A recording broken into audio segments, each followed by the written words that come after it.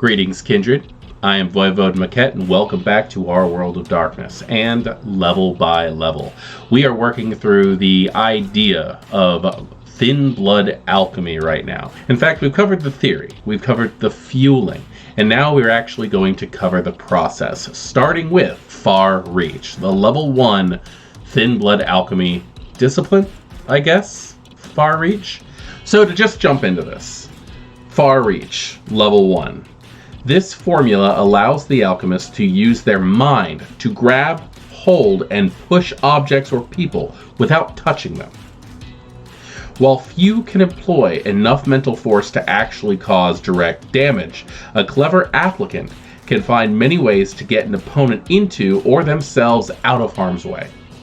Now, the first thing that comes to my mind when I read that is movement of the mind thaumaturgy. The old easy to get thaumaturgy path that a good number of Tremere would practice in the older versions of the game. So they took that away from the Tremere and gave it to Thin-Bloods. That's interesting, and I'm sure a lot of you have your own opinions on that. But for the most part, let's just go ahead and deal with the Thin-Blood Alchemy and the mechanics of it. As for all Thin-Blood Alchemy, it's a formula, not a discipline. So you actually have to mix things together. You have to take your blood. You have to take the blood of a specific resonance. And you have to take little odds and ends and mix them together. And then you can move things with your mind. That being said, this little dark mixture just helps me move my body. But, yeah, that's just me. So let's go ahead and take a look at the ingredients. The alchemist blood, caloric human blood. So if you remember, that's the angry, passionate blood. That's what the caloric is. And that kind of makes me think of the old movie Ghost, where Patrick Swayze's character Sam had to learn how to harness his passions, his inner angst to move objects with his mind on the physical world. But nostalgic movies aside, so the alchemist's own vitae, caloric human blood, melted nylon fibers, or graded refrigerator magnets, or weird nootropics ordered off the internet. Now, nootropics might be something that you don't really understand what that is, but what that is boost pills. It's speed, effectively. It's drugs that enhance your cognitive abilities. These are also things that are highly addictive, and they tend to get people to work harder and more effectively to the point when they break down. But the idea is that you are taking these items, either the melted nylon fibers, which I guess would be used to harness something, like if they were not melted down, they would be used to grab a hold of something, to bind something. The refrigerator magnets, I mean, come on, we've all played that little game when we were kids where you took two magnets of opposing polarities and put them together and tried to push them, feeling that force, and then the idea of just upping your mental cognitivity to be able to do that. Now, these are suggested ingredients. You are also allowed to come up with your own as long as they make sense to you and your storyteller. Then we have our activation cost. Our activation cost is going to be 1 rouse check. So you're still, after taking in these things, after taking in the caloric blood and whatever foreign substance you're going to take in with it, you then have to activate said blood. Now, rousing the blood is one of my favorite things that they added into Vampire the Masquerade 5th edition, because seriously, it makes the game so much more interesting. You're not just given a limited amount of vitae to try to do whatever the hell you're going to do. It's more of a, am I or am I not going to need to feed later? It's always a surprise. And in the games that I've run so far using this system, it's always come up at like the weirdest times, which always adds to the drama. But you are risking the chance of hunger on this one. Then we have our dice pool, which is our resolve plus alchemy versus the strength and athletics of your target. So your resolve, your inner determination, which is part of your willpower, plus your alchemy, your blood alchemy level, which is great because that means that the more experienced you are at actually performing blood alchemy as a practice, the better you are at actually moving things with your mind. And this also makes it so that you have the ability of possibly having 10 die to put into this. If your resolve is maxed out to 5, if your blood alchemy is maxed up to the 5th level, but if you also feed off of the choleric vitae of someone who is acutely experiencing a choleric boost in their blood, or a dyscrasia, as it would be, you get an extra die. So there's a possibility of 11 die put into this. Now, what exactly does that mean? We'll learn in the system. And the system says, the alchemist can lift, push, or pull a physical object or person under 100 kilograms, which is roughly about 220 pounds, within their sight and closer than 10 meters. The object moves swiftly, but not rapidly enough to injure a person with the blow. The object may break if it's fragile. The exception, knives or other small metal tools which the alchemist can wield with a resolve plus alchemy test at a 2 dice penalty because of the need for precision. A knife used this way does only 1 point of extra damage.